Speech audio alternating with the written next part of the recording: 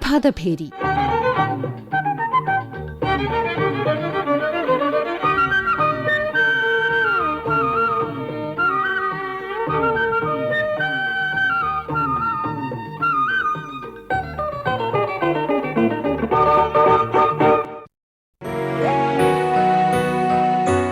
ഓരോ തുള്ളി ദാഹജലത്തിനും ഒരു കഥയുണ്ട്. കേരളത്തിലത് പശ്ചിമഘട്ടത്തിൽ ആരംഭിച്ച് വനങ്ങളിലൂടെയും ഗ്രാമങ്ങളിലൂടെയും പൈപ്പുകളിലൂടെയും ഒഴുകി വീടുകളിലെത്തുന്നു. എന്നാൽ ഈ യാത്രയുടെ ഭൂരിഭാഗം ദൂരവും പല നദികളും ജീവജലത്തിന് പകരം പ്ലാസ്റ്റിക്കും വ്യാവസായിക മാലിന്യങ്ങളും പേറി തളരുന്നു. 44 നദികളാൽ അനുഗ്രഹീതമായ ഒരു സംസ്ഥാനം ഒരിക്കലും കുടിവെള്ളത്തെക്കുറിച്ച് വിഷമിക്കേണ്ടതല്ല. എന്നാൽ സംസ്ഥാന മലിനീകരണ നിയന്ത്രണ ബോർഡിന്റെ ഏറ്റവും പുതിയ ജലഗുണനിലവാര വിലയിരുത്തൽ ആശങ്കാജനകമായ ഒരു ചിത്രം വരയ്ക്കുന്നു.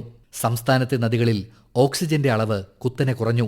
നമ്മുടെ മുന്നിലുള്ള ചോദ്യം കേരളത്തിൽ ആവശ്യത്തിന് വെള്ളമുണ്ടോ എന്നല്ല, മറിച്ച് നിലവിലുള്ള വെള്ളം സുരക്ഷിതമാണോ എന്നതാണ്. CWRDയും Kerala state council for science, technology and എൻവയോൺമെന്റും സംയുക്തമായിട്ട് 5 വർഷം മുമ്പ് കേരളത്തിലെ 44 നദികളുടെ നിലവാരത്തെക്കുറിച്ചിട്ട് ഒരു ബൃഹത്തായ പഠനം നടത്തിയിരുന്നു. Kozhikode centre for water resources development and management retired chief scientist doctor PS Harikumar. അതിന്റെ ഒരു റിസൾട്ട് ഇപ്പോൾ റിപ്പോർട്ട് ചെയ്തിരിക്കുന്ന ചില കാര്യങ്ങളുമായിട്ട് ശരിക്കും താതാത്മ്യം അല്ലെങ്കിൽ ഒരു സിമിലാരിറ്റി നമുക്ക് കാണിക്കുന്നുണ്ട്. ഇപ്പോൾ ഈ റിപ്പോർട്ടിനെ നമ്മൾ നോക്കുമ്പോൾ അന്നത്തേനെക്കാട്ടിയുള്ള മലിനീകരണം പല പുഴകളിലും കൂടുതലായിട്ട് ഉള്ളതായിട്ടാണ് നമുക്ക് കാണാൻ സാധിക്കുന്നത്. ചെറിയ നദികളാണ് ശരിക്കും പറഞ്ഞാൽ നമ്മുടെ നദികൾ. അതിൻ്റെ ഒരു ഒഴുക്കെന്ന് പറഞ്ഞാൽ വളരെ വേഗമാണ്. ഇത് ശരിക്കും മൺസൂൺ ആകുമ്പോൾ നിറയുന്നതും പലപ്പോഴും വേനൽക്കാലത്ത് ശുദ്ധജല പ്രവാഹം കുറയുകയും ചെയ്യുന്ന ഒരു രീതിയിലാണ് പലപ്പോഴും ഇത് കാണുന്നത്. നദികളുടെ ഈ പറഞ്ഞ വെള്ളം കുറയുമ്പോൾ വേണ്ട രീതിയിലുള്ള ഫ്ലഷിംഗ് ഒന്നും നടക്കാതെ വരും. അത് മാലിന്യങ്ങളെ അടിഞ്ഞ് രീതിയിലുള്ള ജലം മലിനീകരണ രീതിയിലുള്ള നമുക്ക് കൂടുതൽ ആ സമയത്ത് കാണാനായിട്ട് സാധിക്കും. അതാണ് സ്വാഭാവികമായിട്ട് നടന്നു വരുന്നത് ഒരു പ്രക്രിയ എന്ന് പറയുന്നത്. കെമിക്കൽ കണ്ടാമിനേഷൻ താരതമ്യേന കുറവാണ് കേരളത്തിലെ നദികളിൽ. ഈ 2 പ്രശ്നം, അതായത് നമ്മുടെ ഓക്സിജന്റെ അളവ് ചില നദികളിൽ കുറവാണ്. അതും ശരിക്കും പറഞ്ഞാൽ അവിടെയുള്ള ജൈവാണു അല്ലെങ്കിൽ നമ്മൾ പറയും ഓർഗാനിക് വേസ്റ്റിന്റെ ഒരു മലിനീകരണം പല സ്ഥലത്തും കാണുന്നുണ്ട്. അത് ശരിക്കും പറഞ്ഞാൽ ഡീഗ്രേഡ് ചെയ്യാനായിട്ട് പല ബാക്ടീരിയയും ശരിക്കും ഓക്സിജനെ അത് ഉപയോഗിക്കുന്നുണ്ട്. അതുകൊണ്ടാണ് ഓക്സിജന്റെ അളവ് കുറയുന്നത്. കണക്കുകളിൽ തിരുവനന്തപുരത്തെ കരമന നദിയാണ് ഏറ്റവും മലിനമായത്. ചില ഭാഗങ്ങളിൽ ഓക്സിജന്റെ അളവ് ജലജീവികളെ നിലനിർത്താൻ ആവശ്യമായതിനേക്കാൾ വളരെ താഴെയാണ്. നമ്മുടെ സംസ്ഥാന മലിനീകരണ നിയന്ത്രണ ബോർഡിന്റെ ഏറ്റവും പുതിയ ജല ഗുണനിലവാര വിശകലന റിപ്പോർട്ട് പുറത്തു വന്നിട്ടുണ്ട്. Kochi Kerala university of fisheries and ocean studies vice chancellor doctor A. Bijukumar. ഇതനുസരിച്ച് നമ്മുടെ പ്രധാന നദികളിൽ 10 നദികളും മലിനീകരണ ഭീഷണിയിലാണ് എന്നാണ് വ്യക്തമാക്കുന്നത്. 2 പ്രധാനപ്പെട്ട കാര്യങ്ങളാണ് ഇതിനകത്ത് നോക്കേണ്ടത്. ഒന്ന്, വെള്ളത്തിലെ ലയിച്ചു ചേർന്നിരിക്കുന്ന ഓക്സിജന്റെ അളവ്. രണ്ടാമത്, മനുഷ്യ വിസർജനങ്ങളിൽ കാണുന്ന ബാക്ടീരിയ ഈക്കോളി എന്ന് പറയുന്ന എസ്കരീഷ്യ കോളി എന്ന് പറയുന്ന ഒരിനം ബാക്ടീരിയയുടെ അളവ്. ഇത് രണ്ടും ജല ഗുണനിലവാര പരിശോധനയുടെ സൂചകങ്ങളായിട്ട് നമ്മൾ ഉപയോഗിക്കുന്നുണ്ട്. ഇതനുസരിച്ചിട്ട് നമ്മുടെ പല നദികളിലും, പ്രത്യേകിച്ചും ഈ നഗര കേന്ദ്രീകൃതമായ സ്ഥലങ്ങളിൽ വെള്ളത്തിലെ പ്രാണവായുവിന്റെ അളവ് വളരെയധികം കുറഞ്ഞിട്ടുണ്ട് എന്നുള്ളത് മനസ്സിലാക്കാം. സാധാരണഗതിയിൽ ജലജീവികൾക്ക് ശ്വസിക്കാൻ 1 ലിറ്ററിൽ 4 മില്ലിഗ്രാം എന്ന രീതിയിൽ ഓക്സിജൻ ആവശ്യമാണ്. അതിനകത്ത് ഏറ്റവും പ്രധാനപ്പെട്ട ഒരു കണ്ടെത്തൽ തലസ്ഥാനത്തെ തിരുവനന്തപുരത്ത് തിരുവല്ലം പ്രദേശത്ത് കരമന ആറിൽ അടിഞ്ഞു ചേർന്നിരിക്കുന്ന ഓക്സിജന്റെ അളവ് 0.7 മില്ലിഗ്രാമിലേക്ക് താഴ്ന്നിട്ടുണ്ട് എന്നുള്ളതാണ്. അതുപോലെ തന്നെ ചില സ്ഥലങ്ങളിൽ കോളിഫോം ബാക്ടീരിയ അതിൻ്റെ അളവും വളരെയധികം വർദ്ധിച്ചിട്ടുണ്ട്. ഉദാഹരണം, അത് കരമനയിൽ 27,000 MPN എന്ന് പറയുന്നത് മോസ്റ്റ് പ്രോബബിൾ നമ്പർ എന്ന് പറയുന്ന ഒരു സൂചകമാണ്. അത് 27,000 ആണെങ്കിൽ അത് എറണാകുളത്തെ ഇരുമ്പനത്തെ ചിത്രപ്പുഴയുടെ ഒരു ഭാഗത്ത് 100 മില്ലി ലിറ്ററിൽ ഏതാണ്ട് 70,000 MPN എന്ന അളവിൽ ബാക്ടീരിയയുടെ മലിനീകരണം രേഖപ്പെടുത്തിയിട്ടുണ്ട്.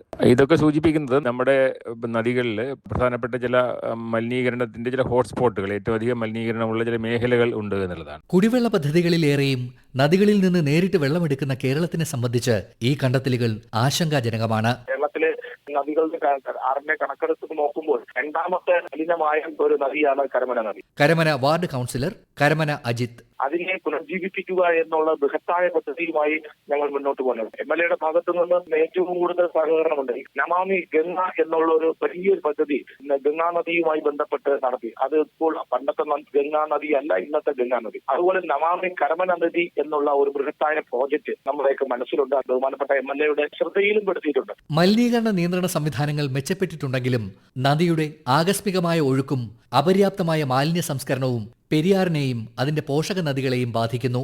വിവേചനരഹിതമായി വാരി വിതർന്ന വളങ്ങളും കീടനാശിനികളും പ്ലാസ്റ്റിക് മാലിന്യങ്ങളും ഖരമാലിന്യങ്ങളും സൃഷ്ടിക്കുന്ന പ്രശ്നങ്ങൾ ഒറ്റപ്പെട്ടവയല്ല എന്ന് സമീപകാല സംഭവങ്ങൾ വ്യക്തമാക്കുന്നു. പെരിയാറിന്റെ ഉത്ഭവം മുതൽ താഴെ പതനം വരെ വളരെ ഗുരുതരമായ രീതിയിൽ മലിനീകരിക്കപ്പെടുന്നുണ്ട്. പെരിയാർ മലിനീകരണ വിരുദ്ധ സമിതിയുടെ റിസർച്ച് കോർഡിനേറ്റർ പുരുഷൻ ഏലൂർ. ഉത്ഭവസ്ഥാനങ്ങളിലും തളിക്കപ്പെടുന്ന കീടനാശിനികൾ, പ്ലാന്റേഷനുകളിൽ പ്രയോഗിക്കുന്ന രാസവളങ്ങൾ ഇവയെല്ലാം മൺസൂൺ കാലങ്ങളിൽ കുത്തിയൊലിച്ച് പെരിയാറിലേക്കും കൈവഴികളിലേക്കും എത്തിച്ചേരും. എറണാകുളം ജില്ലയുടെ പ്രധാന കുടിവെള്ള സ്രോതസ് പെരിയാറാണ്. കുടിവെള്ളത്തിനായി 3 പ്രധാന സ്ഥലങ്ങളാണ് വെള്ളമെടുക്കുന്നത്. അതിൽ പ്രധാനപ്പെട്ടത് ആലുവയിലെ മഹിളാലയം കടവും ചൂണ്ടിയും മുപ്പത്തറം പ്ലാന്റുമാണ്. ഈ പ്രദേശങ്ങൾ ഗുരുതരമായി മലിനീകരിക്കപ്പെടുന്ന ഇടങ്ങളുമാണ്. മഹിളാലയം കടവിൽ മുകളിൽ നിന്ന് എത്തിച്ചേരുന്ന വെള്ളം എത്തിയാൽ അവിടെ നഗരമാലിന്യങ്ങളും കൂടി കൂടിക്കലർന്ന വെള്ളമാണ് നമ്മൾ സംസ്കരണത്തിനായി ഉപയോഗിക്കുന്നത്. അതുപോലെ തന്നെയാണ് ചൂണ്ടിയും മുപ്പത്തറം പ്ലാന്റും. ഏലൂരിലേക്ക് എത്തിച്ചേരുമ്പോൾ അത് രാസമാലിന്യങ്ങൾ കൊണ്ട് നിറയുന്നു. ഏതാണ്ട് 326 കമ്പനികൾ ഇരുകരകളിലുമായി ഉള്ള ഏലൂർ എടയാർ മേഖലയിലെ ഏതാണ്ട് 110ഓളം വരുന്ന റെഡ് കാറ്റഗറി വ്യവസായങ്ങളിൽ നിന്നുള്ള മാലിന്യങ്ങൾ നിർദാക്ഷിണ്യം പെരിയാറിലേക്ക് തള്ളപ്പെടുന്നുണ്ട്. മലിനമായ നദികൾക്ക് ഭൂഗർഭ ജലസംഭരണികൾ വേണ്ടത്ര റീചാർജ് ചെയ്യാനുള്ള ശേഷിയില്ല എന്ന് മാത്രമല്ല, ജലസേചനത്തിനും കാർഷിക ഉൽപാദനക്ഷമതയ്ക്കും ഭീഷണിയാവുകയും ചെയ്യുന്നു. ആരോഗ്യമുള്ള നദികൾ ജൈവ വൈവിധ്യത്തിന്റെയും തണ്ണീർത്തടങ്ങളുടെയും അഴിമുഖ ആവാസ വ്യവസ്ഥയുടെയും നാഡീവ്യൂഹമാണ്. ഓക്സിജന്റെ അളവ് കുറയുന്നത് ആൽഗകളുടെ വ്യാപനം ത്വരിതപ്പെടുത്തുന്നു.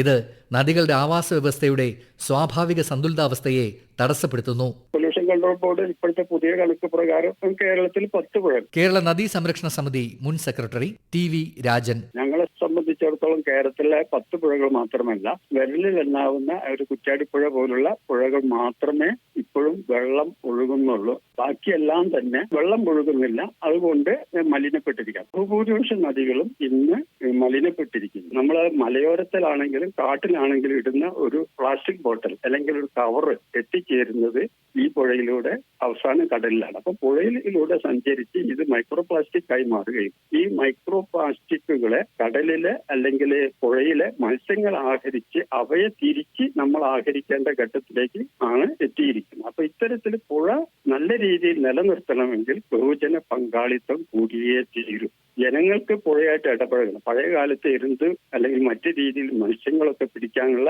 സംവിധാനം ഉണ്ടായിരുന്നു. ജനങ്ങൾക്ക് പുഴയിലേക്ക് ഇറങ്ങാനുള്ള സമയത്ത് പുഴയിലേക്ക് ഏണി വെച്ച് ഇറങ്ങേണ്ട ഗതികേടാണ്. നദികൾ അവയുടെ തീരങ്ങളിലെ സമൂഹത്തിന്റെ സ്വഭാവത്തെ പ്രതിഫലിപ്പിക്കുന്നു. നദികളിലേക്ക് മാലിന്യം വലിച്ചെറിയുന്ന ഒരു സമൂഹം ആത്യന്തികമായി സ്വന്തം ഭാവിയെ തന്നെയാണ് നശിപ്പിക്കുന്നത്. അതിനാൽ സംരക്ഷണം ആരംഭിക്കേണ്ടത് ജലസംഭരണികളിൽ നിന്നല്ല, നദീതീരങ്ങളിൽ നിന്നാണ്. പ്രധാനമായും ഗാർഹിക മാലിന്യങ്ങൾ, വ്യവസായ വാണിജ്യ സ്ഥാപനങ്ങളിൽ നിന്നുള്ള മാലിന്യങ്ങൾ എന്നിവയെല്ലാമാണ് നദീ മലിനീകരണത്തിന് കാരണമാകുന്നത്. സംസ്ഥാന മലിനീകരണ നിയന്ത്രണ ബോർഡ് സീനിയർ എൻവയോൺമെന്റൽ എഞ്ചിനീയർ രമ്യ G. ഖരമാലിന്യങ്ങൾ അലക്ഷ്യമായി വലിച്ചെറിയുന്നതും ഡ്രെയിനുകൾ അടയുന്നതിനും പുഴയുടെ സ്വാഭാവികമായ ഒഴുക്ക് തടസ്സപ്പെടുന്നതിനും കാരണമാകുന്നു. ഗാർഹിക മാലിന്യങ്ങൾ സംസ്കരിക്കുന്നതിനായി കൂടുതൽ പൊതുവായ സംസ്കരണ സംവിധാനങ്ങൾ ഏർപ്പെടുത്തുക, കൂടുതൽ സെപ്റ്റേജ് ട്രീറ്റ്മെന്റ് സംവിധാനങ്ങൾ ഏർപ്പെടുത്തുക, സീവേജ് നെറ്റ്വർക്ക് വിപുലീകരിക്കുക, സീവറുകൾ യഥാസമയം വൃത്തിയാക്കുക തുടങ്ങിയ നടപടികൾ കൈക്കൊള്ളുന്നതിലൂടെ നദീ മലിനീകരണ പ്രശ്നങ്ങൾ ഒരു പരിധിവരെ പരിഹരിക്കാനാകും. ഖരമാലിന്യ സംസ്കരണത്തിനും ഉചിതമായ സംവിധാനങ്ങൾ ഏർപ്പെടുത്തേണ്ടതുണ്ട്. പരിസ്ഥിതി സംബന്ധമായ നിയമങ്ങൾ പ്രകാരം വിവിധ വകുപ്പുകൾക്ക് അവരവരുടെ ചുമതലകൾ നിർവഹിക്കുവാൻ വേണ്ടതായ നിർദ്ദേശങ്ങൾ, സഹായങ്ങൾ എന്നിവ യഥാസമയം ബോർഡ് നൽകി വരുന്നു. വാണിജ്യ വ്യവസായ സ്ഥാപനങ്ങളിൽ നിന്നുള്ള മലിനീകരണം നിയന്ത്രിക്കുന്നതിനും ബോർഡ് നടപടികൾ സ്വീകരിച്ചു വരുന്നു. ഇവിടെ എടുത്തു പറയേണ്ട മറ്റൊരു പ്രധാന കാര്യം പൊതുജനങ്ങളുടെ മനോഭാവം. നമ്മുടെ ഓരോരുത്തരുടെയും മനോഭാവം മാറേണ്ടതുണ്ട്. നമ്മുടെ മൗലികാവകാശങ്ങൾ സംരക്ഷിക്കുന്നതോടൊപ്പം തന്നെ നമ്മുടെ കർത്തവ്യങ്ങളും ഭരണഘടനയിൽ കൃത്യമായി നിർവചിച്ചിട്ടുണ്ട്.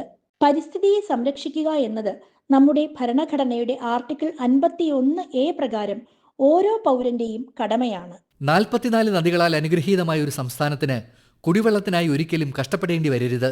നമ്മുടെ നദികളുടെ ആരോഗ്യം പുനഃസ്ഥാപിക്കുന്നതിൽ നാം പരാജയപ്പെട്ടാൽ പുതിയ ജലസംഭരണിയോ പൈപ്പ് ലൈനോ ജലപദ്ധതിയോ ഒന്നും കേരളത്തിന്റെ ജലപ്രതിസന്ധി ശാശ്വതമായി പരിഹരിക്കില്ല. എത്ര മഴ ലഭിക്കുന്നു എന്നതല്ല, മറിച്ച് മഴ സ്വീകരിക്കുന്ന നദികളെ എത്ര വൃത്തിയായി സൂക്ഷിക്കുന്നു എന്നതിനെ അടിസ്ഥാനമാക്കിയാണ് കേരളത്തിന്റെ ജല മാനേജ്മെന്റിന്റെ ഭാവി നിർണ്ണയിക്കപ്പെടാൻ പോകുന്നത്.